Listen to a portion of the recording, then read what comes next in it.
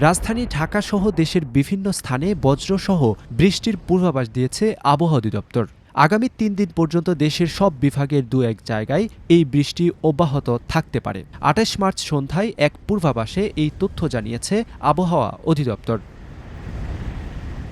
আবহাওয়া অধিদপ্তরের সর্বশেষ তথ্য বলছে, লঘুচাপের প্রভাবে রংপুর, ঢাকা, ময়মনসিংহ ও সিলেট সহ দেশের অধিকাংশ জায়গায় অস্থায়ীভাবে দমকা হাওয়া ও বিদ্যুৎ চমকানো সহ বৃষ্টি হতে পারে। রাতে ঢাকায় বাতাসের গতিবেগ পশ্চিম বা উত্তর পশ্চিম দিক থেকে ঘণ্টায় ৩০ থেকে ৪০ কিলোমিটার পর্যন্ত হতে পারে।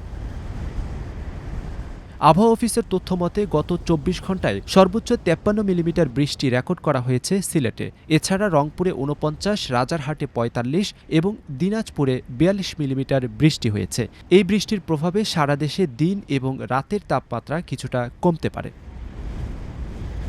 তবে এই স্বস্তি খুব বেশি দিন স্থায়ী নাও হতে পারে। আগামী ৩০ মার্চ পর্যন্ত বৃষ্টির এই ধারা অব্যাহত থাকলেও ৩১ মার্চ থেকে তাপমাত্রা আবারও বাড়তে শুরু করবে।